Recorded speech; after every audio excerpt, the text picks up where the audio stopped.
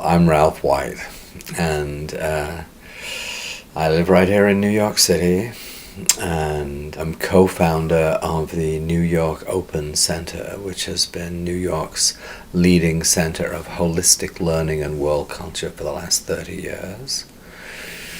And I'm somebody who is very involved in the whole movement to create a more holistic, a more ecological, a more conscious society. You know, I'm somebody who grew up without a strong sense of meaning or spirituality in life, but was on a search looking for something deeper, some kind. I could sense that our society was adrift, it was imbalanced, it was not producing either happiness or well-being or ecological sustainability.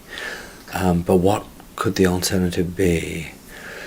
So what I do is my effort to really answer that question. It came out of many years of traveling.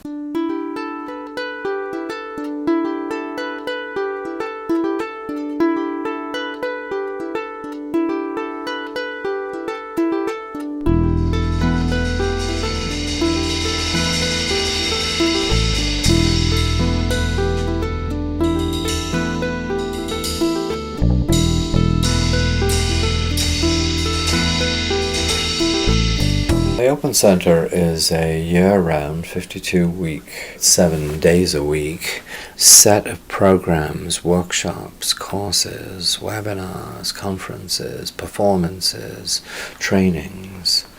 In where can we work to transform our culture? Where is there greatest receptivity? The Open Center does the work of cultural evolution rather than political revolution, although there's certainly a crossover between the two.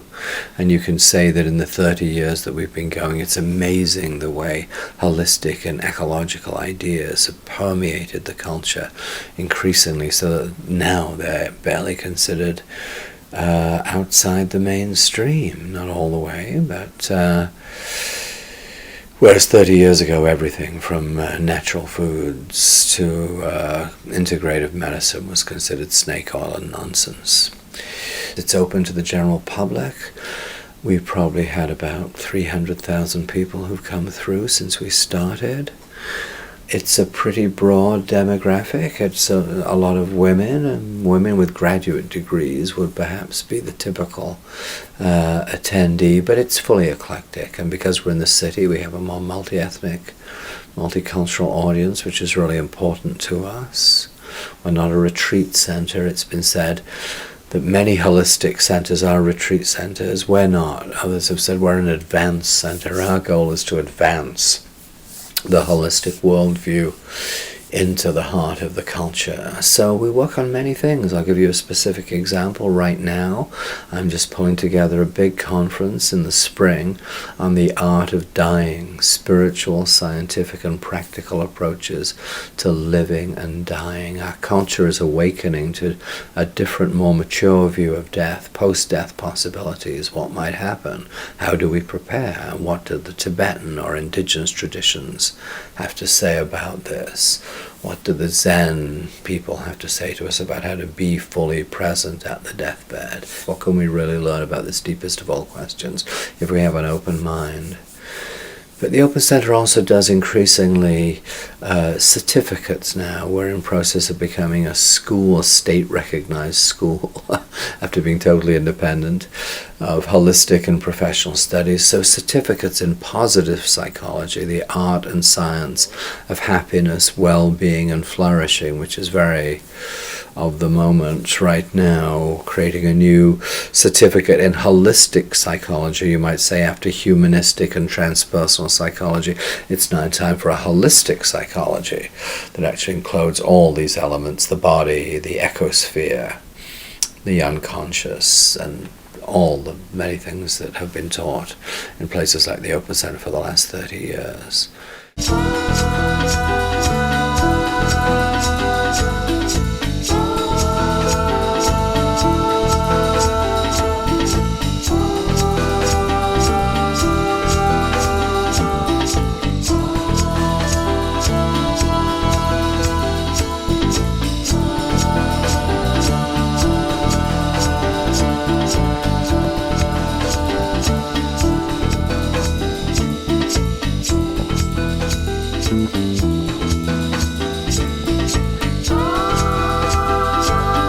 Within the holistic world, there's a great deal of emphasis on Buddhism, on yoga, you might even say on shamanism.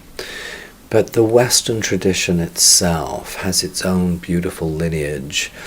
And much as I honor the Tibetans, I've always felt close to them and the Zen tradition, and etc., and the wisdom of the yogic philosophy.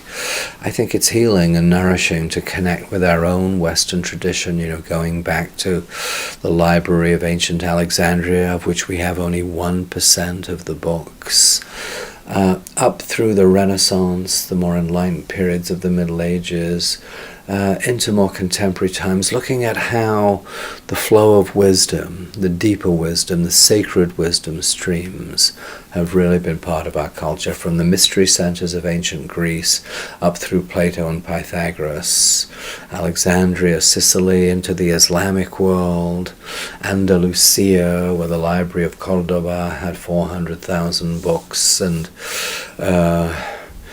was a source of illumination when most of Christian Europe was still in pretty retrograde darkness.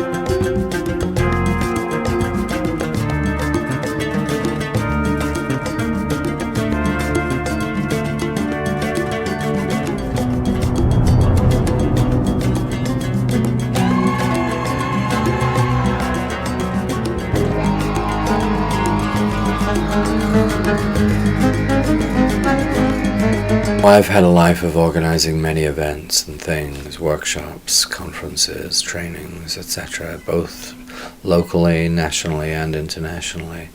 But one of the ones that is closest to my heart is something we've come to call the esoteric quest. I've done, I'm coming up now on the 11th of them over the course of the last 20 years. We started them in 1990.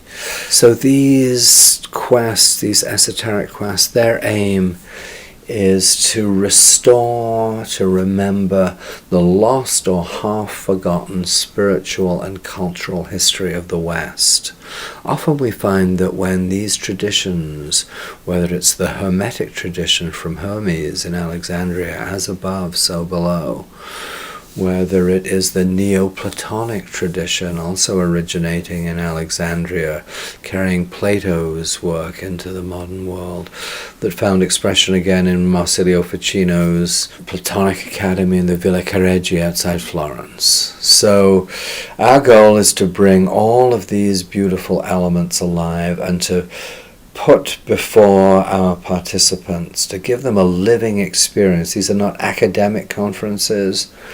They are events for the soul and for the imagination, to go somewhere, to feel it, to have the deepest learning around it, and to take it into it and make it part of yourself.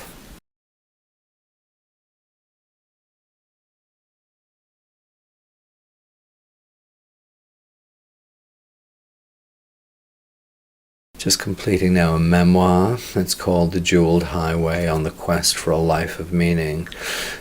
I hope it'll be an encouraging story for people. I didn't start out in very promising circumstances. I was born into working class terraced houses in Cardiff. Both my parents left school at 13. I wound up spending my teenage years in the grimy industrial north of England. There was nothing holistic and spiritual about that. Swinging London and Sussex University, Chicago, Californian counterculture, hitchhiking to Machu Picchu, living in the early alternative eco-villages and spiritual communities in places like the north of Scotland, starting off places like Omega Institute at its own location in the Hudson River Valley. It's a major institute for holistic studies that has thousands of people now coming from all over Eastern America. And then beginning the New York Open Center from scratch. It was an intense period. I call it in the book building the centers of the new culture. But I followed whatever it is, whatever term you care to give it, followed my heart. I didn't really have much choice. I just was, I don't know what's the right word, guided's the wrong word, driven is the wrong word.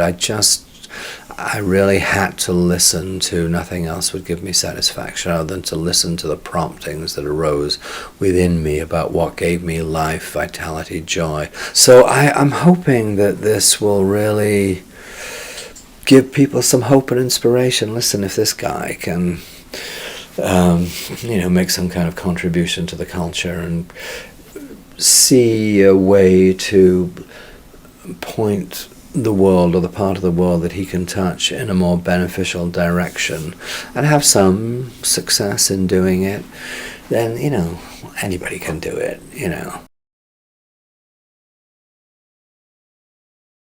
But now it's time for me to live a more free life. Working more as a speaker and a writer. I'm doing radio. I have a radio show as well. So for me, it's looking for, okay, where else can I contribute? I'm still working on those esoteric quests, those art of dyings, these deep certificates in various aspects of psychology. So yes, I enjoy keeping that going. I'm not going to cut my ties to that. But it's time for a more expansive life in which I'm speaking more of my personal voice rather than speaking from the point of view of an institution.